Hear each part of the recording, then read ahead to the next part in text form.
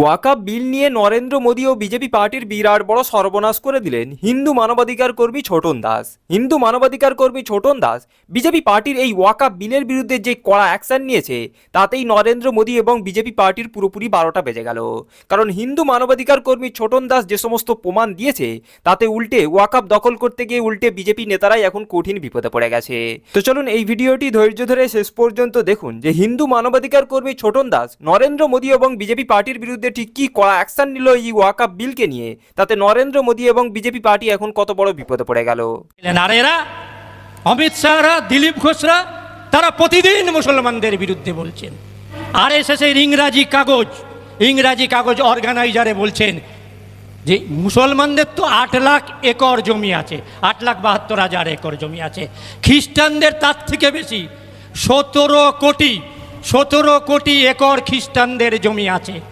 ফলে মুসলমানদের জমি কেড়ে নিয়ে দাঁড়ালেই হবে না, খ্রিস্টানদের 17 কোটি একর জমি আছে, সে জমিটাও আমাদের লাগবে। এবং সেই জন্যই দেখবেন 2024 সালের হিসেব যদি দেখেন, একদিকে যেমন বুলডোজার দিয়ে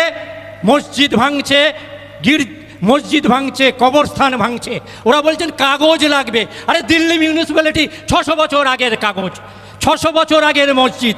দিল্লি মিউনিসিপ্যালিটি তখন তৈরি হয়নি, কলকাতা পৌরসভা তৈরি হয়নি, বিধাননগর মিউনিসিপ্যালিটি তৈরি হয়নি, কোথা থেকে কাগজ পাওয়া যাবে? তুমি কাগজ দেখতে চাইছো? যে প্রধানমন্ত্রী নিজের শিক্ষাগত যোগ্যতার কাগজ দেখাতে পারে না, যে তার জন্মের বার্থ সার্টিফিকেট দেখাতে পারে না, সে আমাদের দেশের নাগরিকদের কাগজ দেখাতে বলছে, মসজিদের কাগজ দেখাতে বলছে, কবরস্থানের কাগজ দেখাতে বলছে। আমাদের নাড়া, আমাদের স্লোগান কাগজ নেই দেখাएंगे, কাগজ আমরা দেখাবো না। ওই দ্য পিপুল অফ ইন্ডিয়া, আমরা ভারতবর্ষের নাগরিক।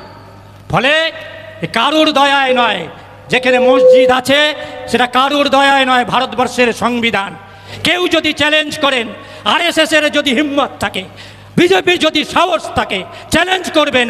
আমি মোহন ভাগবতের নামে বলছি যে মক্কা মসজিদ এবং মেলেগাঁও বিস্ফোরণের যে পরিকল্পনা হয়েছিল, তা সেই পরিকল্পনায় উপস্থিত ছিলেন এবং এটা বলছেন অসীমানন্দ, মানে নবকুমার সরকার।